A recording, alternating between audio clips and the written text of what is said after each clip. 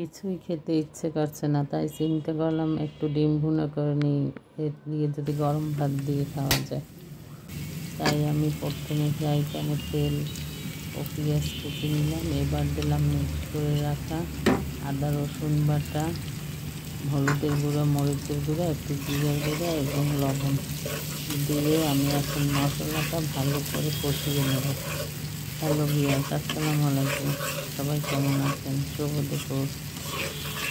এখন আমি মশলাটা ভালোভাবে কষিয়ে এর মধ্যে আমি দিয়ে দেবো পরিমাণ মতো পানি।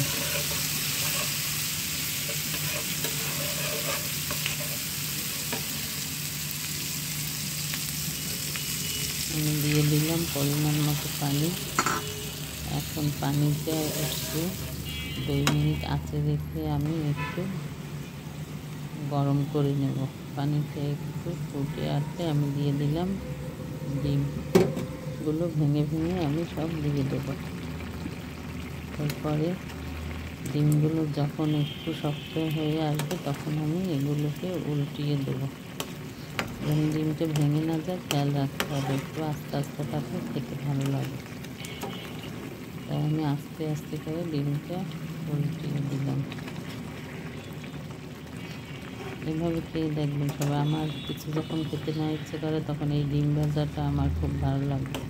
গরম ভাত দিয়ে লেবু দিয়ে সালাদ দিয়ে আমি এটা খুব পছন্দ করি, তাই আপনাদের সাথে একটু শেয়ার করলাম। এরপরে আমি দিয়ে দিলাম আমার ছাদ বাগানে কিছু পেঁয়াজ কলি। যেহেতু অনেক সফট বা নিজের বাগানে করছি তাই একটু শেষের দিকেই দিলাম, কারণ এটা সেদ্ধ হয়ে যাবে, একদম গলে যাবে। পেঁয়াজ কলিটা দিয়ে আমি একটু নেড়ে চেড়ে দেবো।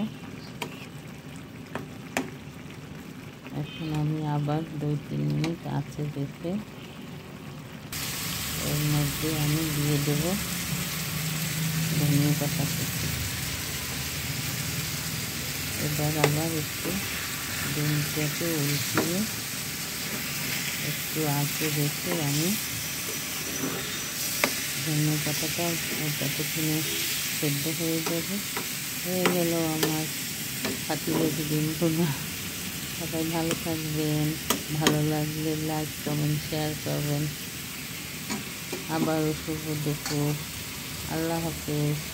কেমন হলো আমার ডিম ভুনা জানাবেন, আপনারা এভাবে খেয়ে দেখবেন।